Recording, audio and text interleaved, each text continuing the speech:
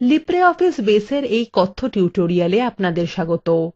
এই টিউটোরিয়ালে আমরা শিখব কিভাবে কোয়েরি উইজার্ড ব্যবহার করে সহজ কোয়েরি বা প্রশ্ন তৈরি করা যায়, ক্ষেত্র নির্বাচন, ক্ষেত্রগুলি সাজানোর ক্রম নির্ধারণ এবং একটি প্রশ্নে অনুসন্ধানের বৈশিষ্ট্য বা শর্ত প্রদান করা।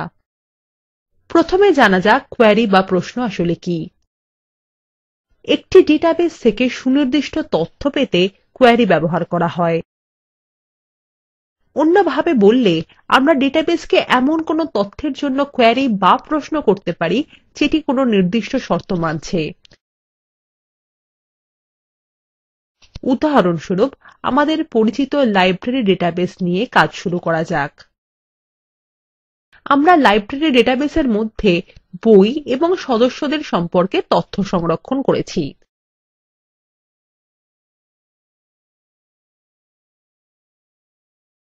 এখন আপনি লাইব্রেরী ডেটাবেসকে লাইব্রেরীর সব সদস্যদের নাম জানতে কোয়েরি বা প্রশ্ন করতে পারেন, অথবা যেসব বই লাইব্রেরীতে নেই সেই সম্পর্কে ডেটাবেসকে প্রশ্ন করতে পারেন। এখন দেখা যাক কিভাবে বেস ব্যবহার করে একটি সহজ প্রশ্ন বা কোয়েরি তৈরি করা যায়। উদাহরণস্বরূপ আমরা চাই লাইব্রেরীর সব সদস্যদের ফোন নম্বর সহ তালিকা প্রস্তুত করা হোক।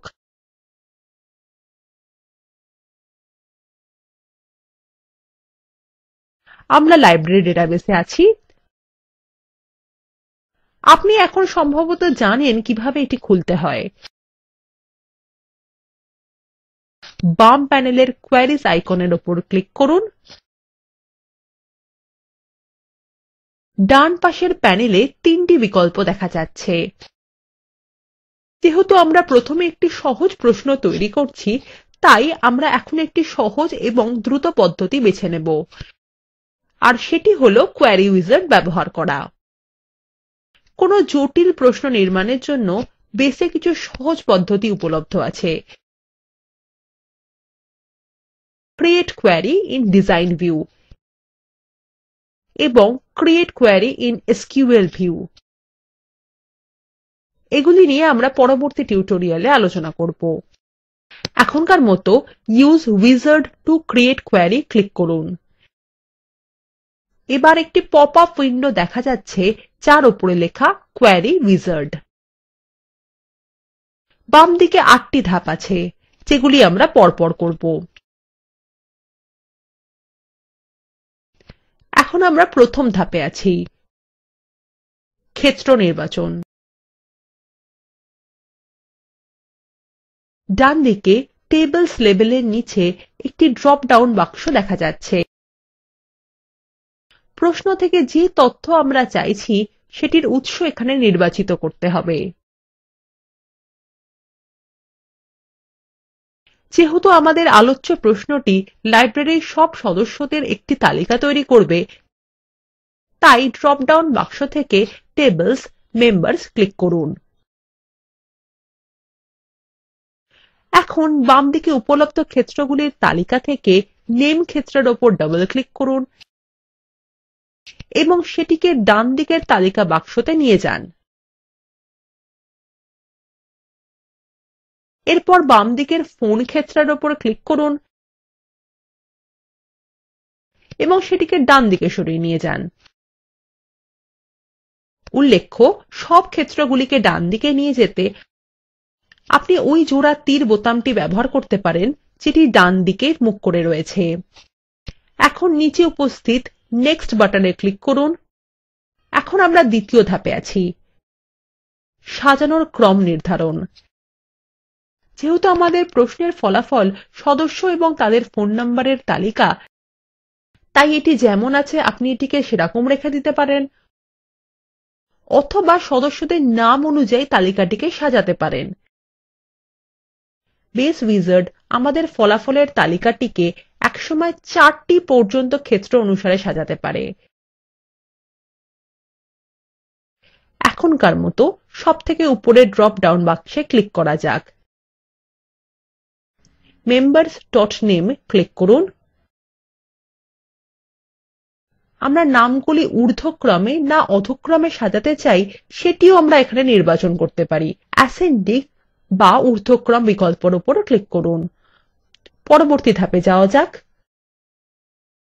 তৃতীয় ধাপ অনুসন্ধানের শর্তাবলী।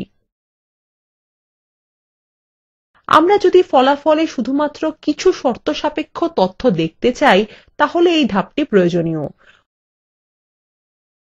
উদাহরণস্বরূপ আমরা ফলাফলে শুধুমাত্র সেই সদস্যদের দেখতে চাই যাদের নাম R অক্ষর দিয়ে শুরু হয়েছে। এর জন্য fields ড্রপ ডাউন বাক্সতে ক্লিক করুন, তারপর members.name ক্লিক করুন। এখন condition ড্রপ ডাউন বাক্সতে ক্লিক করুন। এখানে বিভিন্ন শর্তগুলি লক্ষ্য করুন। like এর উপর ক্লিক করুন। value text বাক্সতে বড় হাতের অক্ষরে R এবং একটি শতাংশ চিহ্ন লিখুন। এইভাবে আপনি প্রশ্নে সহজ এবং জটিল শর্তাবলী প্রয়োগ করতে পারেন। এখন value text বাক্স থেকে R শতাংশ চিহ্ন মুছে দিন যাতে সব সদস্যদের নাম তালিকায় দেখা যায়।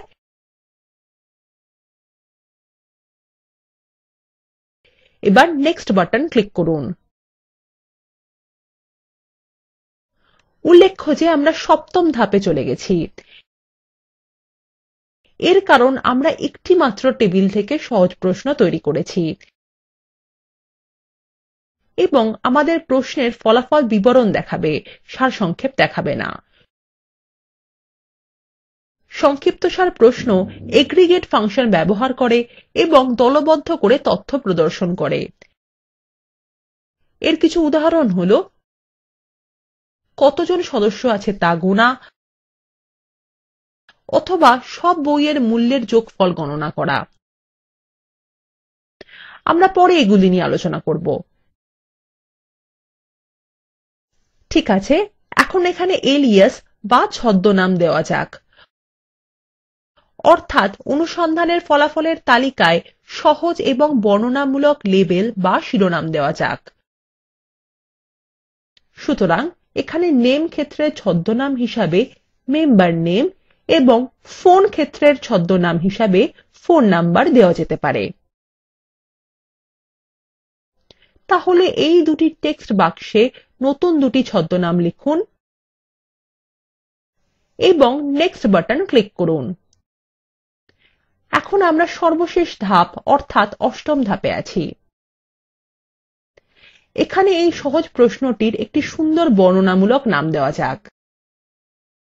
এর জন্য name of the query এর পাশে লিখুন list of all members and phone numbers।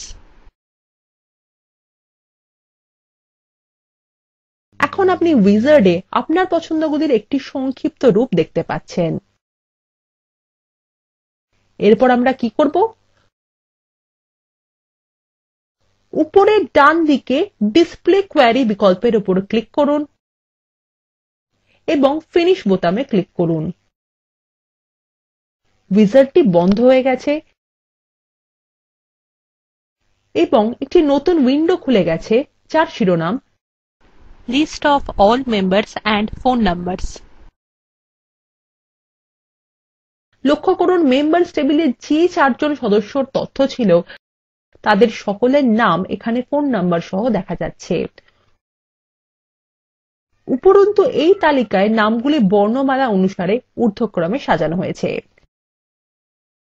সুতরাং আমরা আমাদের প্রথম সহজ প্রশ্ন তৈরি করে ফেলেছি। এখন একটি অনুশীলনী রয়েছে। একটি প্রশ্ন তৈরি করুন যেটি সব বইগুলিকে ঊর্ধ্বক্রমে সাজিয়ে তালিকাবদ্ধ করবে। সব ক্ষেত্রগুলি অন্তর্ভুক্ত করুন। এর নাম দিন list of all books in the library. এখানেই লিব্রিঅফিস বেস উইজার্ড ব্যবহার করে প্রশ্ন তৈরি করা সংক্রান্ত এই টিউটোরিয়ালটি সমাপ্ত হলো। সংক্ষেপে আমরা শিখেছি কিভাবে কোয়েরি উইজার্ড ব্যবহার করে সহজ প্রশ্ন তৈরি করা যায়, ক্ষেত্র নির্বাচন, ক্ষেত্রগুলি সাজানোর ক্রম নির্ধারণ এবং প্রশ্নে অনুসন্ধানের বৈশিষ্ট্য বা শর্তাবলী প্রয়োগ করা। Spoken tutorial talk to a teacher প্রকল্পের অংশবিশেষ যা ভারত সরকারের আইসিটি মাহর্দ এর ন্যাশনাল মিশন অন এডুকেশন দ্বারা সমর্থিত। এই প্রকল্প httpspoken-tutorial.org দ্বারা পরিচালিত হয়। এই বিষয়ে বিস্তারিত তথ্য এই লিঙ্কে প্রাপ্তিসাধ্য। আমি অন্তরা এই টিউটোরিয়ালটি অনুবাদ এবং রেকর্ড করেছি। এই টিউটোরিয়ালে অংশগ্রহণ করার জন্য ধন্যবাদ। শুভবিদায়।